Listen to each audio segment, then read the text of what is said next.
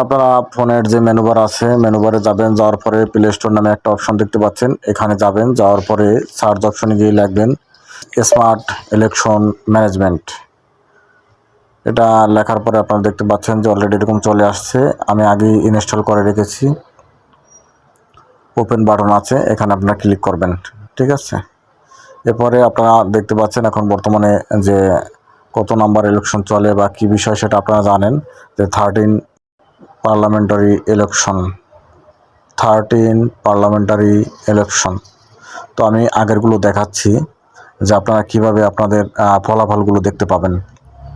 তো যেহেতু এখন পর্যন্ত ফলাফল এটা বের হয় নাই 13 পার্লামেন্টারি ইলেকশনের, তাহলে আমি 12 আপনাদের দেখাচ্ছি। সেটা আপনারা এখানে ক্লিক করবেন। এখানে ক্লিক করার পরে আপনারা আপনাদের জেলাগুলো সিলেক্ট করবেন যে কোন জেলার। যেমন আমি বরিশালে আমি এখানে ক্লিক করব। ক্লিক করার পরে এখানে নিচে যে অপশন দেখতে পাচ্ছেন যে বরিশাল বিভাগ থেকে কোন জেলার, যেমন পটুয়াখালী জেলা। এরপরে আপনারা এই যে রেজাল্ট নামে একটা অপশন দেখতে পাচ্ছেন, এখানে ক্লিক করবেন।